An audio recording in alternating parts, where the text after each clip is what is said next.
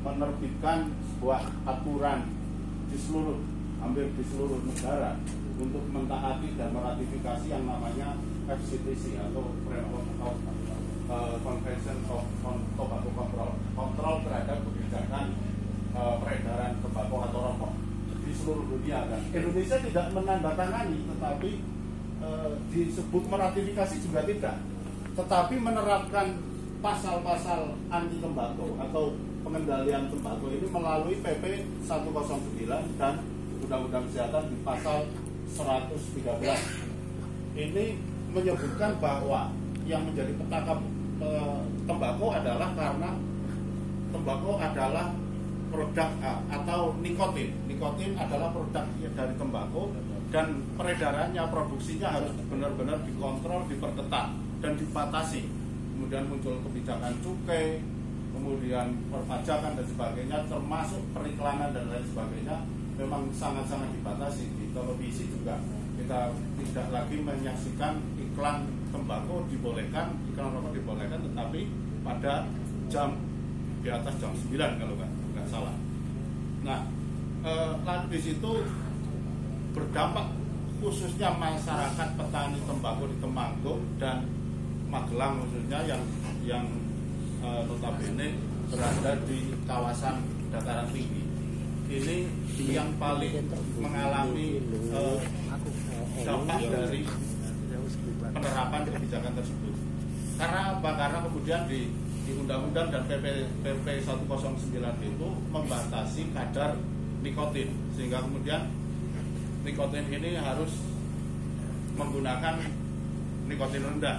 Nah, ini memang menjadi masalah bagi khususnya petani Temanggung, karena tembakau yang ditanam di dataran tinggi pasti memiliki kadar nikotin yang lebih tinggi daripada tembakau yang ditanam di daerah dataran rendah.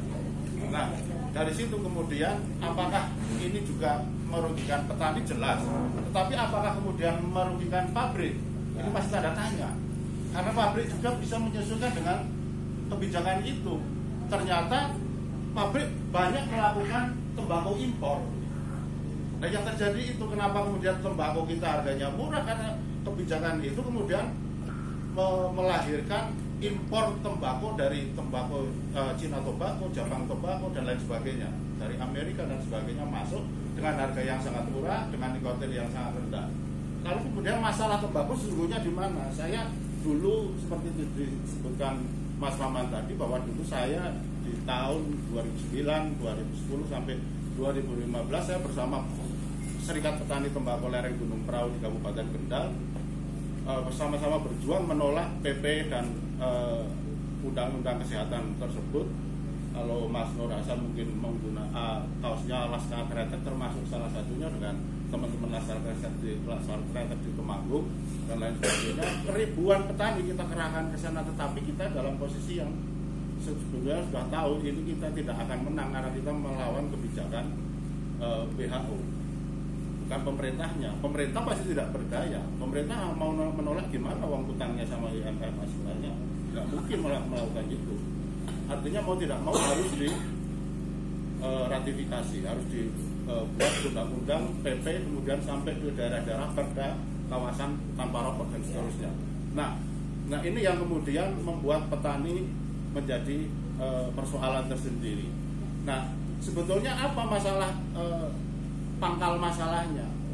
Pangkal masalahnya adalah yang menjadikan semua itu adalah ketika muncul stigmatisasi terhadap tembakau, bahwa tembakau ini adalah penyebab sakit manusia, menyebabkan sakit dan lain sebagainya, sehingga kemudian peredarannya harus dibatasi. Tetapi di dalam PP 109 ini definisi tentang nikotin ini sangat tidak jelas dan itu sangat sepihak. Apakah nikotin ini benar-benar mengandung zat adiktif atau tidak? Di situ sudah dihukumi mengandung zat adiktif.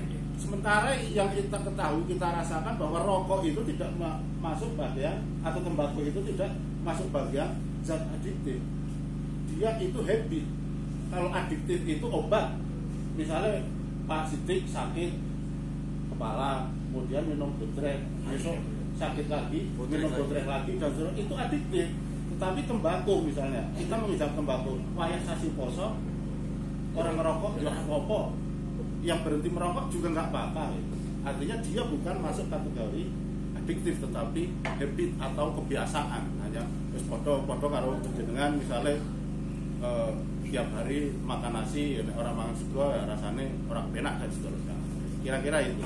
Nah, maka sejak tahun 2015 saya memutuskan untuk tidak membela petani tembakau, tetapi saya harus membela tembakau.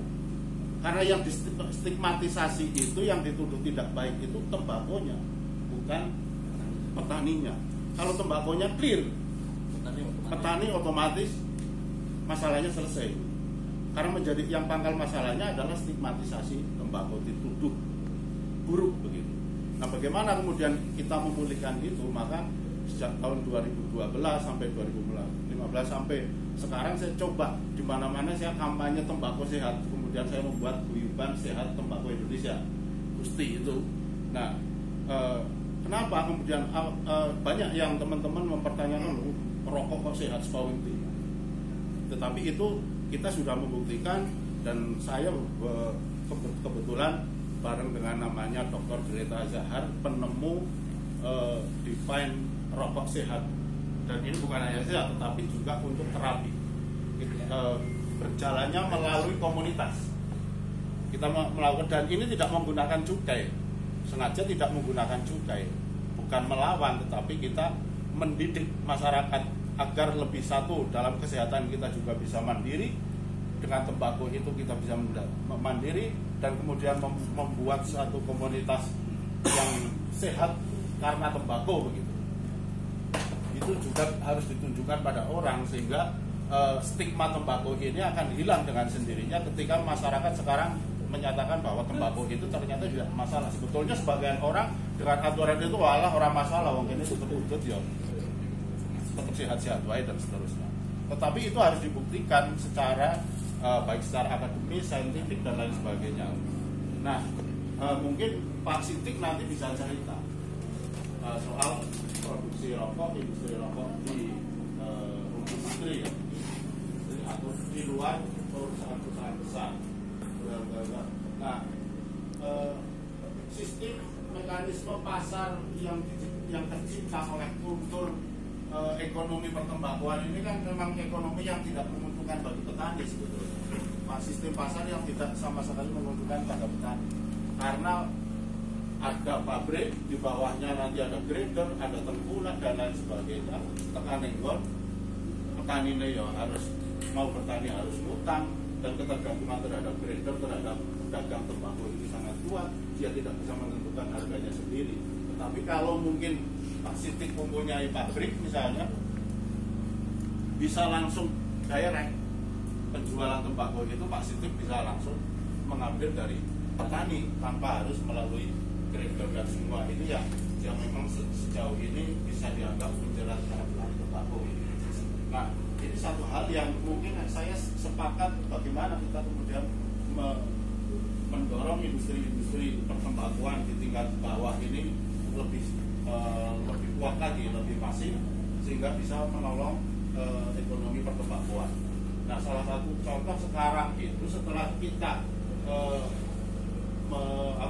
menemukan menyatakan bahwa tembakau sehat sebagai pelopor rokok sehat, sekarang banyak sekali beredar atau produksi rokok-rokok yang mengklaim rokok herbal atau rokok sehat. Nggak apa-apa, saya kira itu menjadi salah satu mekanisme atau mekanisme pasar yang bisa dirintis oleh kelompok ekonomi pertembakauan di tingkat bawah gitu.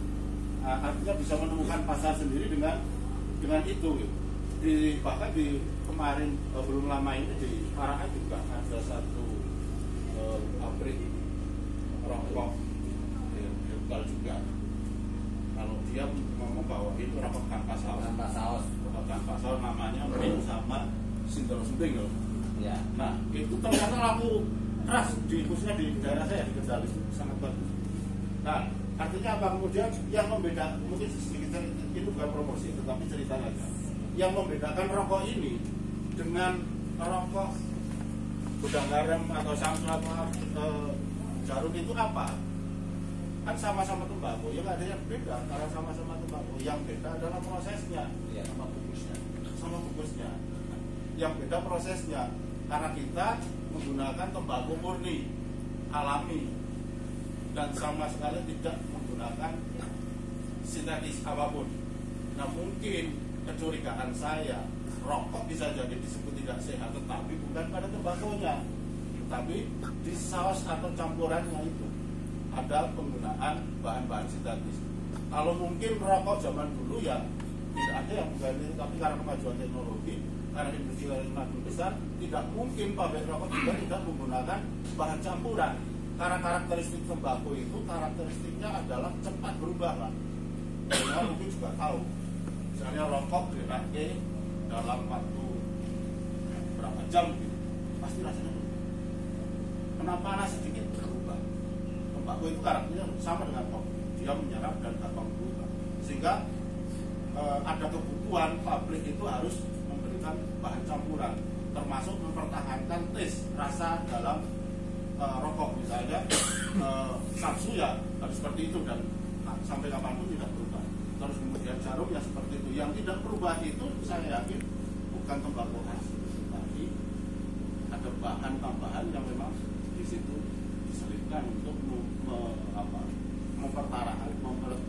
mempertahankan taste rokok tersebut. Nah ini kemudian yang kita curigai sebagai bidang atau yang menjadikan rokok itu menjadi tidak sehat. Nah setelah kita kemudian membuat terobosan baru dengan rokok sehat ini dan tanpa campuran, ternyata soal kesehatan bisa dirasakan. Dan selama 10 tahun ini alhamdulillah, dulu itu saya hampir tiap bulan saya harus ke dokter dan minum obat, dan cukup parah sakit saya. Nah ketika kemudian saya ketemu ini terapi tembakau dan konsumsi tembakau ini, kadang-kadang juga ngelinting pakai tembakau biasa. Alhamdulillah selama 10 tahun ini saya tidak lagi pernah ke dokter dan tidak pernah minum obat. Termasuk COVID kemarin, terus terang saya tidak vaksin satu keluarga saya. Alhamdulillah. Ini juga bagian kedaulatan saya. Dan saya kedaulatan kita itu, kedaulatan kita itu sama benar-benar tergerus di COVID kemarin. Wes penyakitnya diimpor, vaksinnya diimpor, prokesnya jadi impor. Itu benar-benar tidak bisa melakukan apa-apa. Tapi saya yakin dengan keluarga saya itu, dengan tembakau semuanya selesai. Dan sampai hari ini alhamdulillah sehat. Luar biasa. Terima kasih.